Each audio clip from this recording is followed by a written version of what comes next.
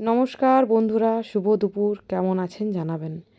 আজকে আমার সকালে ফোনের অ্যালার্ম বেজেছিল, সেই অ্যালার্ম বন্ধ করে আমি গেছি ঘুমিয়ে। তাই প্রচুর লেট।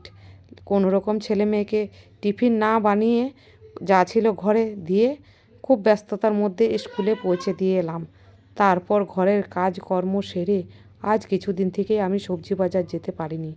তাই ভাবলাম আজকে সবজি বাজারটা করে আসি। সবজি বাজার গেলেই কিন্তু আমি এই দাদার সাথে দেখা করে আসি। এই দাদার ফুলের গাছগুলো আমার খুব পছন্দ লাগে, কিন্তু প্রত্যেক দিন কিনি না। কখনো ভালো লাগলে সেটা একটা নিয়ে আসি, কারণ আমার বিশাল কিছু জায়গা নেই। খুব একটু জায়গার মধ্যেই লাগাবার চেষ্টা করি। লাগানো তো নয়, ফুলের পেছনে লাগালে ওদেরকে সময় না দিলে ওর গাছগুলো আর ঠিক হয় না। তাই দেখি আর ভালো লাগে আর চলে আসি। এক দুটো কখনো নিয়েও আসি। খুব সুন্দর লাগছে। গোলাপ গাছগুলো দেখুন কত সুন্দর, নানা রকম গোলাপ আছে এখানে। তারপরে এই যে ছোট ছোট ফুলগুলো দেখুন কত সুন্দর ফুটেছে। খুব ভালো লাগছে দেখতে, আমার খুব ভালোও লাগে।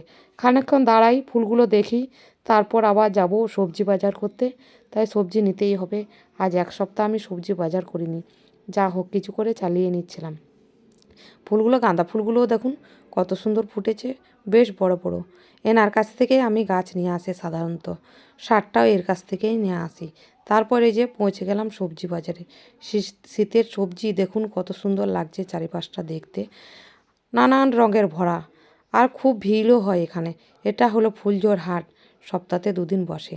তাই সোমবারেই আমি যাবার চেষ্টা করি। অন্য দিন আমি অন্য কোথাও বাজার করে নিই। সোমবারে ফুল গাছ আর ওই সার কেনার জন্যই এই বাজারে সাধারণত আমি যাই। তাই ভাবলাম এলাম যখন, তখন একটু সবজি বাজারও করে নিই।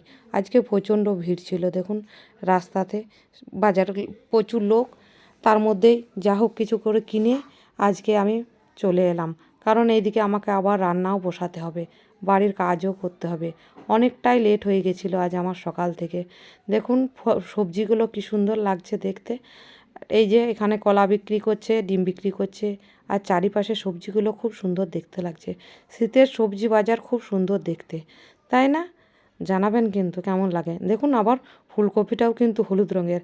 তাই একটু বললাম আপনাদের সাথে ভিডিও করে শেয়ার করে নিই, কেমন লাগছে জানাবেন কিন্তু। তারপরে চলে আসবো আমি বাড়িতে। বাড়িতে সবজি তো নিয়ে এসেছি, কিন্তু ঠিক তো করতে হবে। বেশি সবজি আনলেও মাথাতে আবার খাটে না যে আজকে কী রান্না করব। আসবার পথে রাস্তাতে নিয়ে এসেছিলাম মাংস। এই যে মাংস আর টমেটো একসাথে ধুবো বলে রেখে দিয়েছি। কড়াইয়ে আলু আর পেঁয়াজ করতে দিয়ে দিচ্ছি, কারণ 12টা পেরিয়ে গেছিলো, 1:30টায় আমাকে আবার যেতে হবে। ওইদিকে দুধ চাপিয়েছি চায়ের জন্য, মশলাও পেশা হয়ে গেছে, এগুলোকেও ভিজিয়ে রেখেছি। তারপর দেখাবো আমি আজকে কি বানালাম। এই যে দেখুন ভাত বানিয়েছি, আর কিছু তাড়াতাড়ির মধ্যে খুঁজে না পাই ফুলকপিতে আলুতে একটু ভেজে নিয়েছিলাম। তারপর ওই মাংসর আলু কষতে দিয়েছিলাম, মাংসর ঝোলটাও একটু বানিয়ে নিলাম। এই যে আলু আমি অনেকগুলো দিয়ে দিয়েছিলাম, কারণ আমার ছেলে মেয়ে সবজির থেকে এই মাংসের ঝোলের আলুটা খেতে খুব পছন্দ করে। তারপর কিছু আর করলাম না, আর একটা বেগুন আমি ভেজে নিলাম। আমার ভিডিওটা দেখার জন্য অনেক অনেক ধন্যবাদ। সুস্থ থাকবেন, ভালো থাকবেন এই কামনাই করি। বাস, থ্যাংক ইউ।